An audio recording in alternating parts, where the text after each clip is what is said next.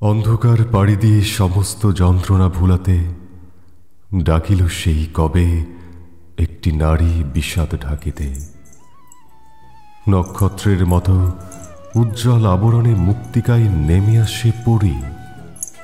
সে আর কেউ নয়, সে মালিনী।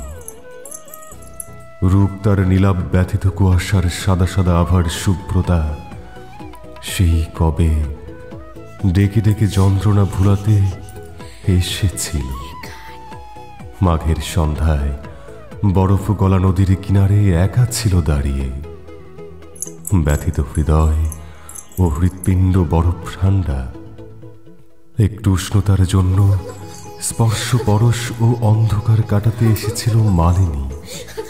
তাকে পেয়েছিলাম ক্লান্ত পথিকের বেশে কুয়াশার আঁধারে। তরুলতার চারিধারে পেঁচা ডাকে খুব অন্ধকারে।